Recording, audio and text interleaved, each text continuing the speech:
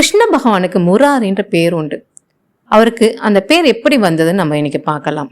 முரா என்ற அசுரன் பிறந்தப்ப தேவர்களுக்கும் அசுரர்களுக்கும் போர் நடந்துட்டு இருந்தது. அந்த போர்ல அசுரர்கள் நிறைய பேர் செத்து போயிருந்தாங்க. இதை பார்த்த முராக்கு மரணத்து மேல பயம் ஏற்பட்டது. அதனால பிரம்மதேவனை நோக்கி தவம் புரிய ஆரம்பிச்சான்.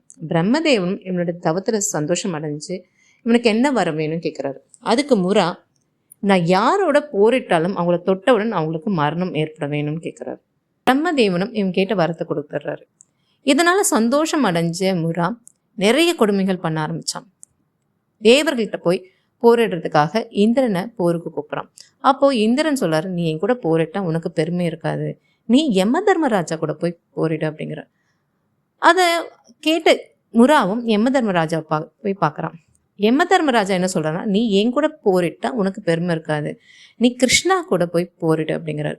இதை கேட்ட முரா நேராக கிருஷ்ணாவை வந்து பார்க்குறான். கிருஷ்ணாவை தன்னோட போரிடுறதுக்கு கூப்பிடுறான்.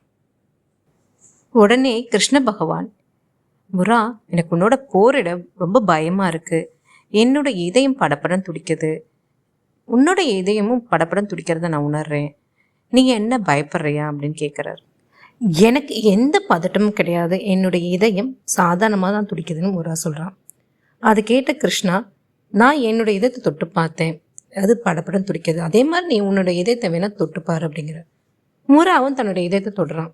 உடனே அவனுக்கு மரணம் ஏற்படுறது.